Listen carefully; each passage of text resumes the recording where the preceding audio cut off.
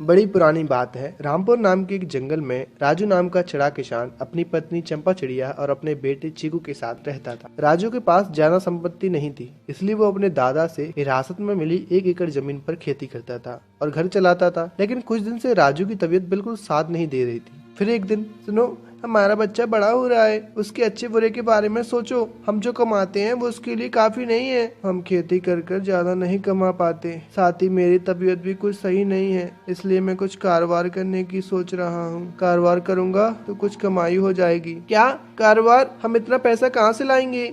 हमारे खेत के बगल में एक अच्छे किसान कल्याण कौवे का खेत है। हाँ वो तो है, लेकिन उसने मुझे कई बार कहा कि हम अपना खेत उसे बेच दें, फसल से होने वाली आमदनी के लिए निवेश करें। क्या?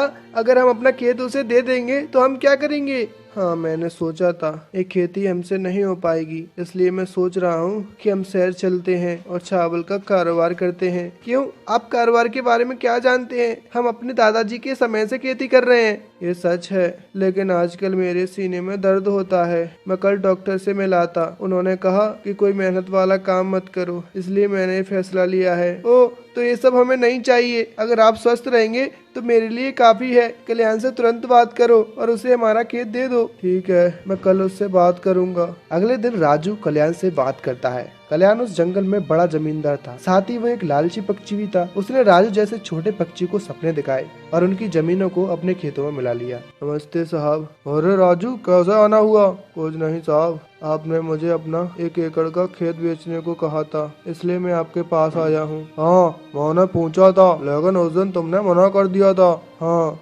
तब मैं थोड़ा सोच रहा था। वो क्या है कि ये मेरे दादा की संपत्ति है, इसलिए उस दिन मैंने मना कर दिया था।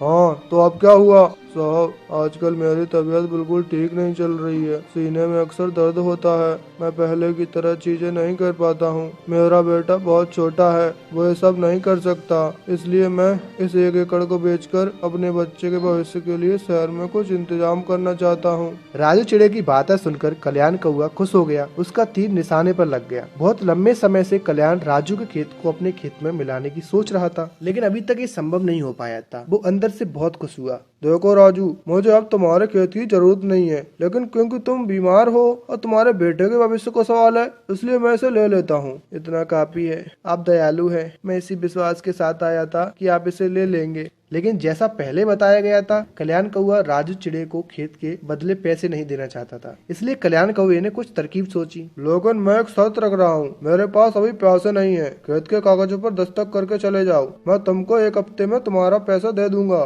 लेकिन राजू कल्याण कौवे की योजना को नहीं समझ पाया था। उसने कागज पर दस्तखत किए और चला गया। अरे, आप जमीन बेचने गए थे ना? हाँ हाँ हाँ, उसने कहा कि वो 1 हफ्ते में हमारे पैसे दे देगा। दोस्तों, इस वीडियो को आगे देखने से पहले इस वीडियो को लाइक कर दो और हमारे चैनल को भी सब्सक्राइब कर दो। पहले से ही सीने के दर्द से तड़प रहा राजू चिड़ा अपनी पत्नी को बहुत ही धीमे से आवाज देता है। क्या हुआ? आप इतने सुस्त क्यों हैं? मैं डॉक्टर को बुलाऊं? कुछ नहीं, तबीयत कुछ ठीक नहीं लग रही है। अगर मैं थोड़ी देर सो जाऊं तो सही हो जाएगी। तुम मोची को ध्यान रखना। राजू सो जाता है और अपनी पत्नी और अपने बेटे को छोड़कर इस दुनिया से चला जाता है। अगले दिन कल्याण चंपा को देखने आता है और सोचता है कि एक अच्छा मौका है। देखो चंपा, मेरे पास तुम्हारे खेत का पैसा है जो राजू को देना था। मैं उस पैसे को ब्याज में बदल दूंगा और तुम जब चाहोगी तो मैं दे दूंगा। तब तक तुम्हारा बेटा ही बड़ा हो जाएगा। लोग ज्यादा पैसा देखेंगे तुम्हारे पास तो हड़पने की कोशिश करेंगे।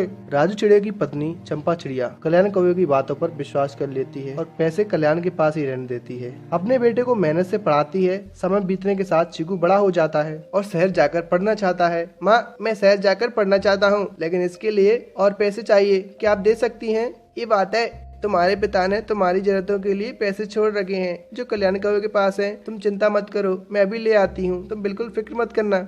अगली सुबह चंपा चिड़िया कल्याण कौवे के पास पैसे मांगने जाती, जो कि उसे अपने बेटे की पढ़ाई के लिए चाहिए थे। और चंपा, तुम्हें ऐसा कैसे? क्या हुआ? साहब, मेरा चीकू अब बड़ा हो चुका है, वो पढ़ने के लिए शहर जाना चाहता है। अच्छा, तो इसमें मैं क्या कर सकता हूँ? ये क्या कह रहे हैं साहब? हमारे बिके हुए खेतों का पैसा आपके पास है।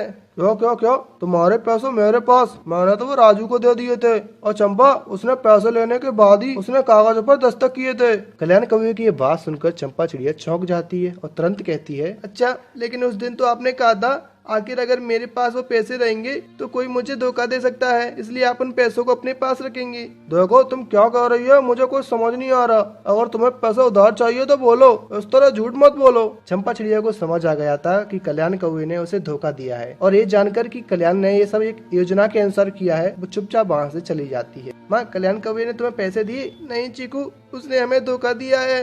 धोखा दिया है? चंपा अपने बेटे को सारी बात बताती है। ये सारी बात जानकर चीकू बहुत गुस्सा होता है। आपने उस कौवे पर भरोसा कर और पैसे उसके पास छोड़कर गलती की माँ, चलो उसे सबक सिखाते हैं। चीकू का एक दोस्त है जिसका नाम गोलू है, जिसके पिता एक सोनार है। शहर में भी उनका अच्छा नाम है। चीकू गोलू के पिता को जो हुआ वो सब बताता है। ये वाकई बहुत अजीब और आश्चर्य वाली बात है मेरे बेटे।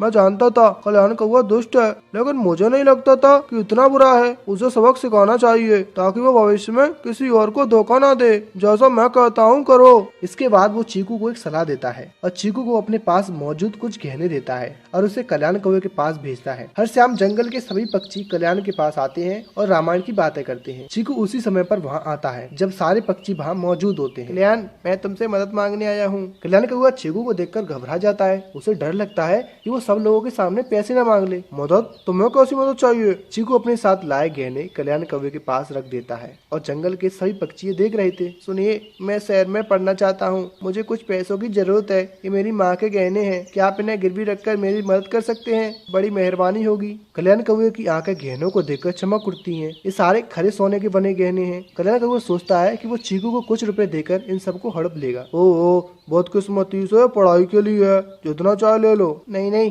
मुझे बस 500 दे दो। कोई बात नहीं, ये लो 500। कल्याण कौवा सबके सामने अपनी दरियादिली दिखाता है और चीकू को पैसे दे देता है। धन्यवाद, मैं आपका उधार चुका दूंगा और बहुत जल्द अपने गहने ले जाऊंगा। अगले दिन कल्याण कौवे ने गहनों की गुणवत्ता देखने के लिए गोलू के पिता कबूतर, जो एक सुनार थे, उनको बुलाया। कबूतर गहनों को देखता है। अरे कल्याण जी, ये हमारे जमींदार चील के गहने लग रहे हैं। इसमें तो कोई शक नहीं है, क्योंकि काफी दिन पहले ये गहने मैंने ही बनाए थे और उन्हें बेचे थे। 4 दिन पहले उन्होंने अपने गहने खो दिए थे। वो कब से इन्हें ढूंढ रही थी। ये सुनते ही कल्याण को लगता है उसका सब कुछ लुट गया। क्या? तुम क्या कह रहे हो? क्या ये जमींदार चील के गहने हैं? हाँ, चोरी का पैसा आप जैसे बड़े लोगों को शोभा नहीं देता। ये गहने आपको किसने दिए? उसे वापस कर दो और अपने हाथ साफ कर लो, नहीं तो आप मुसीबत में पड़ जाओगे, क्योंकि ये चील के गहने हैं। पहले से सोची समझी योजना के अंतर्गत कबूतर कल्याण कौवे को डरा देता है। वहाँ से जाने के बाद कल्याण कौवा चंपा के बेटे चीकू को बुलाता है। तुमने मुझे क्यों बुलाया? चीकू, मुझे पैसा चाहिए, तो अपने गहने ले लो और मुझे अपने पैसे दे दो। इन 2 दिनों का ब्याज भी माफ करता हूँ। कल्याण कौवा असली बात छिपाना चाहता था और गहनों से छुटकारा पाना चाहता था। चीकू ने गहनों को ऐसे लिया जैसे उसे कुछ पता ही नहीं। पर पैसे तो खर्च हो गए हैं, लेकिन 4 दिन रुकिए, मैं आपके पैसे लौटा दूंगा, ठीक है? कल्याण कौवा चीकू की बात मान जाता है, क्योंकि वो गहनों से छुटकारा पाना चाहता है। कई हफ्ते बीत जाते हैं। फिर से चीकू उस समय आता है जब कल्याण कौवा बहुत से पक्षियों के साथ में होता है। साहब, मैं आपके पैसे लाया हूँ, मुझे अपने गहने वापस दे दीजिए जो मैंने आपके पास गिरवी रखे थे। चीकू की बात सुनकर कल्याण कौवा एक पल के लिए स्तब्ध रह गया। क्या? तुम्हारे गहने तो मैंने दे दिए थे, अब मुझसे दोबारा क्यों मांग? क्या बात कर रहे हो? मैंने वो गहने कब लिए? उसके पैसे लेने के बाद मैं शहर चला गया था और आज वापस आ रहा हूँ। तुमने मुझे गहने कब दिए? क्या कह रहे हो? कल तुम आए थे और गहने वापस ले गए। अरे सुनो पक्षियों, क्या आपने देखा? उस दिन आप सब पक्षी मौजूद थे जब मैंने गहने दिए थे और पैसे लिए थे। आज मैं यहाँ फिर से आया हूँ। मुझसे पैसे लिए बिना कल्याण मुझे गहने वापस क्यों करेगा? जंगल के सभी पक्षी कल्याण को शक की निगाह से देखने लगे। उस दिन से मैं जंगल में ही नहीं हूँ। कल्याण कौवा ये सब बोलकर मेरे गहने को 5000 रुपए में बेचना चाहता है। इससे बड़ा अन्याय और क्या हो सकता है? कोई बताएगा मुझे? बोलिए। कल्याण कौवे को चीकू की बातें बिल्कुल समझ नहीं आ रही थी। उस जंगल के बड़े पक्षी इस बात के गवाह थे कि उसने चीकू को पैसे दिए थे, लेकिन वो आज उनकी गवाही का सामना नहीं करना चाहता था। तुम इतने बड़े पक्षी हो, हमने उस चिड़िया को अपने गहने गिरवी रखते हुए देखा है। कर्ज चुकाने से पहले तुम गहने कैसे लौटा सकते हो? क्या किसी को इस पर विश्वास है? चुपचाप इस लड़के को गहने दे दो। अरे नहीं, वो जमींदार चील के चोरी के गहने हैं। इस चिड़िया ने किसी तरह उन गहनों को खरीदा और उन्हें मेरे पास गिरवी रख दिया। मुझे पता चला तो मैंने गहने वापस लौटा दिए। जंगल के सभी बड़े पक्षी चीकू को शक की निगाह से देखने लगे। उसी समय सुनार कबूतर वहाँ आया। कल्याण जी, क्या आप मुझे गहनों की मजदूरी देंगे? कबूतर ने कौवे से कहा। कल्याण गुस्सा हो गया। क्या क्या क्या? गहनों की मजदूरी? कौन सा गहनों की मजदूरी? तुम इतने गुस्से में क्यों हो? कुछ दिन पहले मैंने तुम्हारे पुराने गहने पिघलाकर नए बनाए थे, उसकी मजदूरी तुमने अभी तक मुझे नहीं दी है। अरे कल्याण, तुम चुप क्यों हो? वो गहने कहाँ से मिले और कहाँ गए मेरे गहने? अब अगर मैं कहूँ ये झूठ बोल रहा है तो क्या कहोगे आप लोग? कल्याण ये सब सुनकर पागल हो जाता है। वो धोखे को समझ जाता है, लेकिन वो क्या कर सकता था? कौन भरोसा करेगा कि ये सोनार कबूतर ही था जिसने उसे ये कहकर डराया था कि ये चोरी के गहने हैं और चीकू को लौटाने के लिए भी कहा। अरे कल्याण, एक ईमानदार और सज्जन पक्षी के रूम में हमने तुम्हारा सम्मान किया, लेकिन मैं नहीं जानता था कि तुम ऐसे चालाकी करोगे। चुपचाप उस लड़के के गहने उसे लौटा दो। कल्याण कौवे को सदमा लगा। उसे उम्मीद नहीं थी कि उसके पैसे हड़पने से उसके इतने सारे पैसे चले जाएंगे। अब उसे मन में यही चिंता सता रही थी कि वो गहने कहाँ से लाए। कल्याण कौवे की हालत पर चीकू चिड़िया को दुख हुआ। इसे जाने दो, इसके द्वारा बनाए गए गहने मुझे नहीं चाहिए। आइए उस सोने की कीमत जानते हैं। गहने बनाने वाला सुनार भी यही मौजूद है, यही सोने की असली कीमत बताएगा। जंगल के सभी पक्षियों को चीकू का फैसला सही लगा। लड़के ने जैसा कहा है करो। जंगल के बड़े पक्षियों ने चीकू को कल्याण से 5,000 रुपए दिलवाए और कल्याण कौवे को अपनी गलती का एहसास हुआ। उसे पछतावा हुआ कि राजू और चंपा चिड़िया के साथ विश्वासघात करने का एक अच्छा सबक उसे चीकू के रूम में मिला। उस दिन से उसने लोभ छोड़ दिया और अच्छा जीवन व्यतीत करने लगा। दोस्तों, अगर आपको ये कहानी पसंद आई हो तो इस वीडियो को लाइक कर दो और हमारे चैनल को भी सब्सक्राइब कर दो। धन्यवाद।